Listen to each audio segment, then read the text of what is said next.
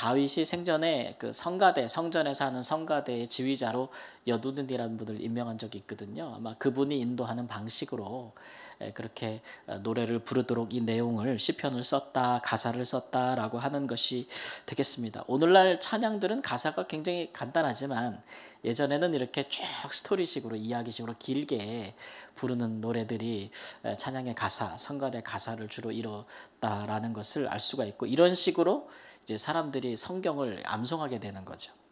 그래서 노래 같은 거 이런 것들로 이런 시편을 암송하는 것이 옛날 적에는 이렇게 문서가 발달하지 않았을 때는 굉장히 많은 사람들에게 전래되던 그런 방식이고 꽤나 정확합니다. 실제로 이렇게 써가지고 넘겨주는 것보다 구두로 이어지는 전승이 훨씬 더 정확한 문학적인 형식을 따르기도 해요. 그래서 이렇게 긴 찬양들이 계속 되는구나라는 것을 이제 알 수가 있습니다. 하나님께서 그 사랑하시는 자를 징계하신다라고 말씀하셨죠. 히브리서 12장에 가보면 오히려 하나님이 자녀가 죄를 범했는데도 하나님께서 징계하지 않으면 그는 하나님의 아버지가 아닌 것 같지 않는가, 그러니까 사생아가 아닌가, 이렇게까지 이야기를 합니다.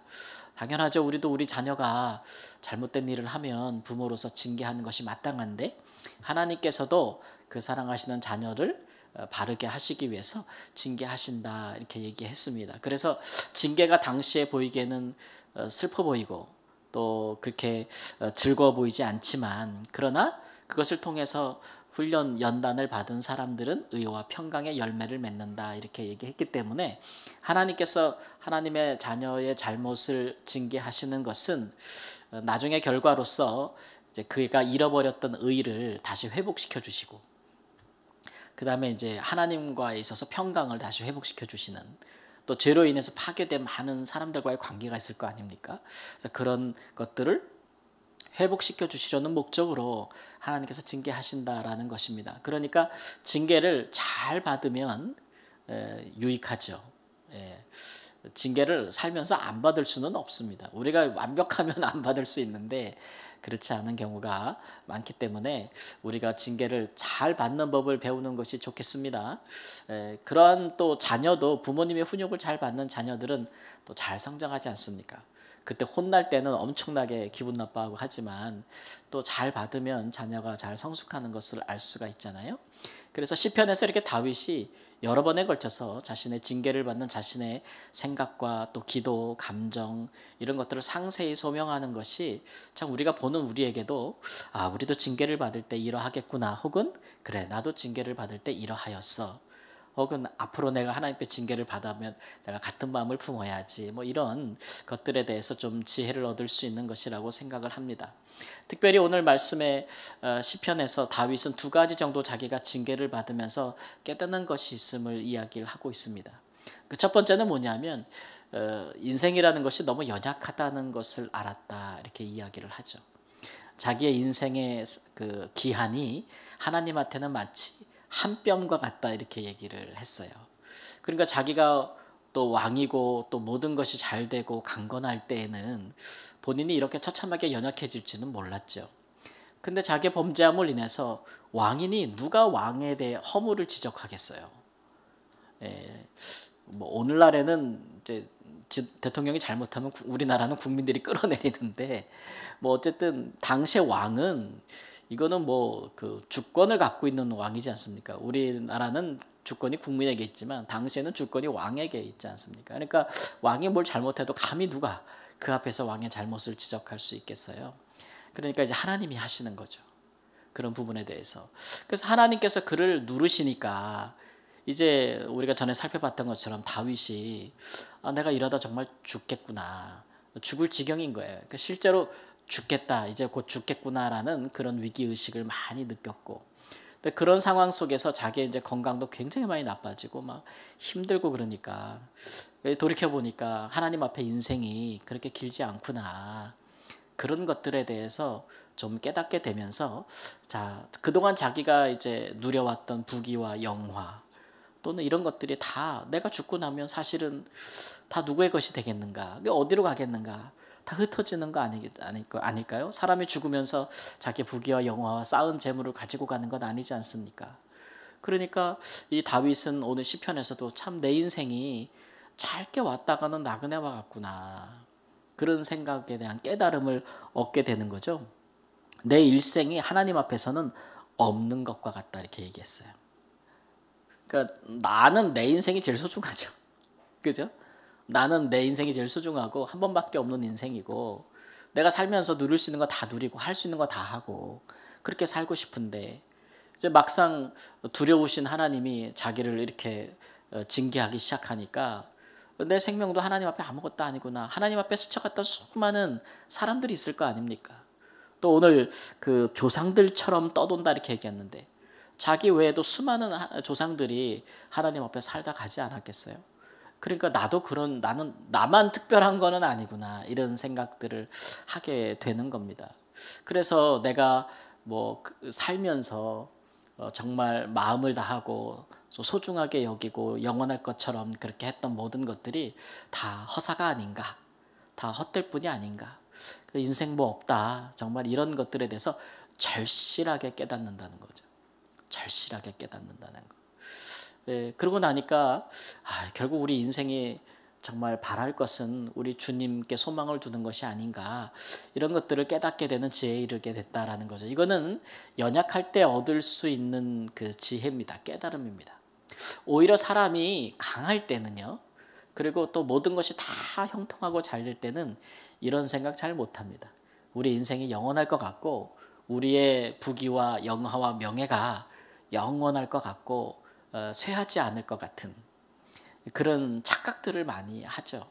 그러다 보니까 나는 굳건히 선 것 같고 나는 절대 넘어지지 않을 것 같은 그런 생각. 그런 것들이 사람을 교만하게 하는 측면이 있고 그러다 보니까 이제 넘어지게 되고 또 죄의 유혹을 쉽게 받고 그렇게 되는 것.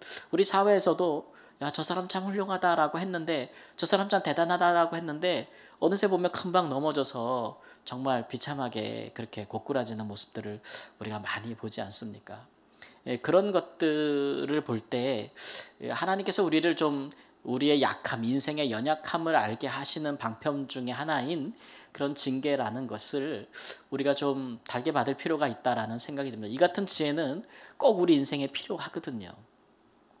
근데 이제 이런 지혜를 우리가 갖게 되면은 우리가 인생을 살아가면서 이제 사람이나 혹은 보이는 것들이나 땅에 있는 것들에 우리의 영원한 소망을 두지 않게 되니까 우리가 그런 것들에 막 소망을 두게 되면 자식같게 내 인생을 모두 다 걸고 내가 뭐 그 어떤 하고 있는 사업에 우리 인생의 모든 것을 다 걸고 막 이러다 보면 그런 것들은 이렇게 힘들어질 때가 있잖아요.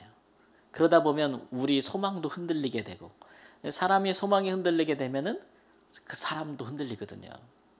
그래서 그런 데는 우리의 소망에 닷을 두는 법이 아니죠.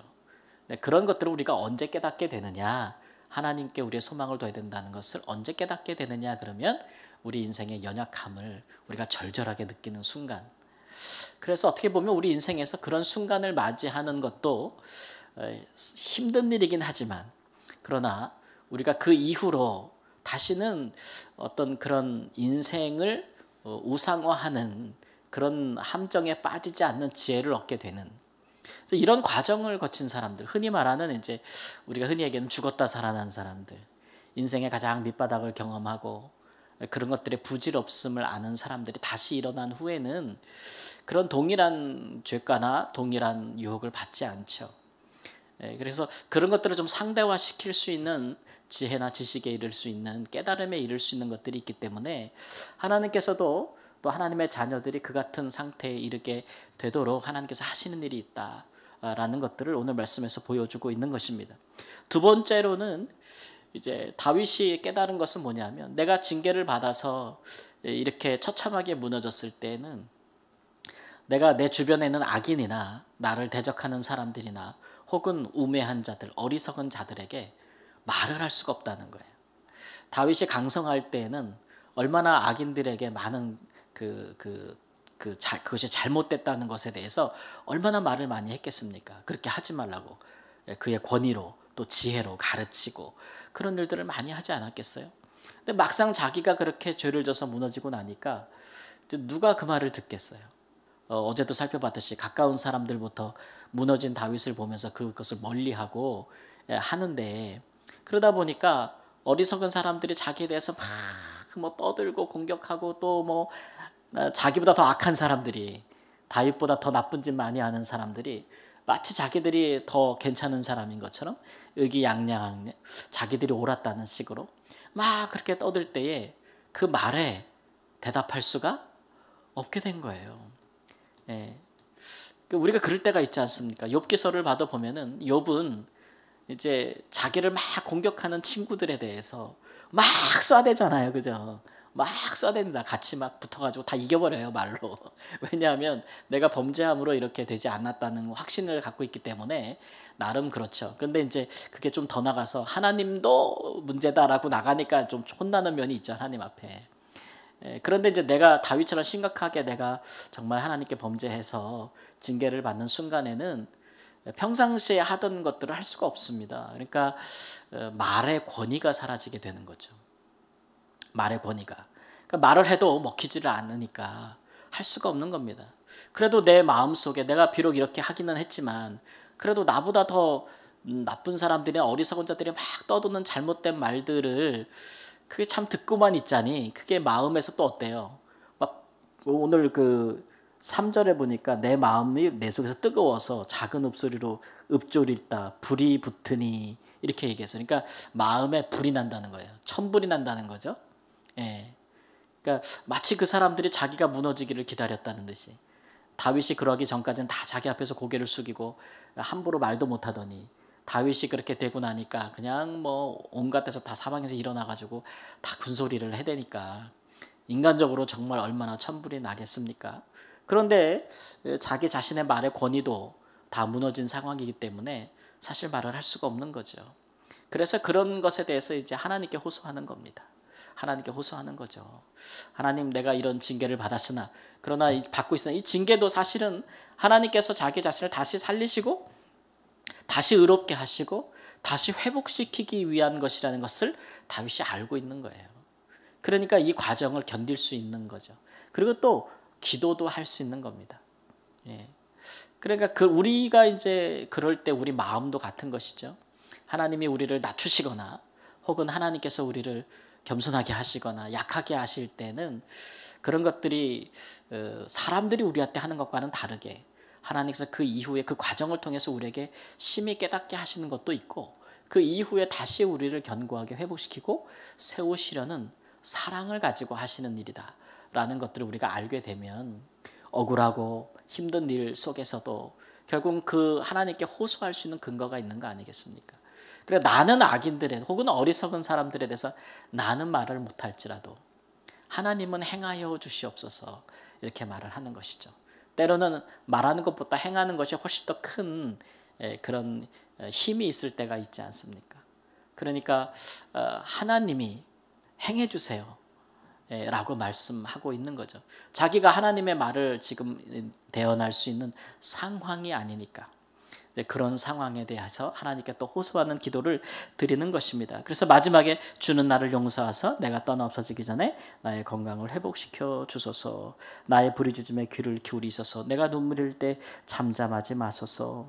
이런 말씀 모든 것이 그런 심정에서 나오는 것이라고 생각이 됩니다. 이런 면에서 우리가 다윗의 징계를 받을 때에 다윗의 기도하는 심정과 견디는 마음들을 세 편에 걸쳐서 살펴보았지만 이런 다윗의 상세한 기억들과 기록들은 우리에게도 훌륭한 지도가 됩니다.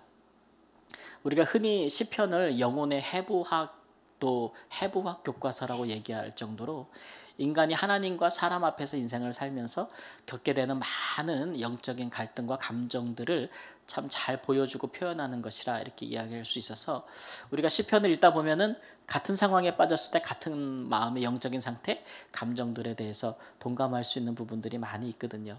그런 유익이 있습니다. 그래서 우리가 혹이라도 하나님 앞에 하나님께서 우리를 낮추사 인생의 연약함을 알게 하시고 나보다도 변변치 못한 사람들에게서 나를 수치스러운 그런 모욕을 당하는 그런 상황에 내가 놓이게 되는 때가 있을지라도 그러나 그런 과정을 통해서도 하나님은 우리를 또 다루시고 우리와 함께 하시고 우리를 또 깨닫게 하시고 성숙시켜 주셔서 더 깊은 이후에는 더 깊은 그런 신앙의 상태에 이르게 하신다.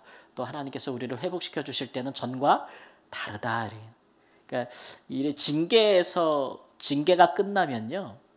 그 영적인 상태나 우리의 삶이 그 죄를 짓기 전만큼 올라오는 게 아닙니다. 훨씬 더 높은 수준으로 올라갈 수 있거든요. 훨씬 더 높은 자리에 오르게 되는 그런 은혜가 있습니다. 그래서 그런 것까지 바라볼 수 있고 또 그런 사람들에게 그런 또 위로를 전해줄 수 있는 넉넉함이 있기를 주님의 이름으로 축원합니다. 아멘.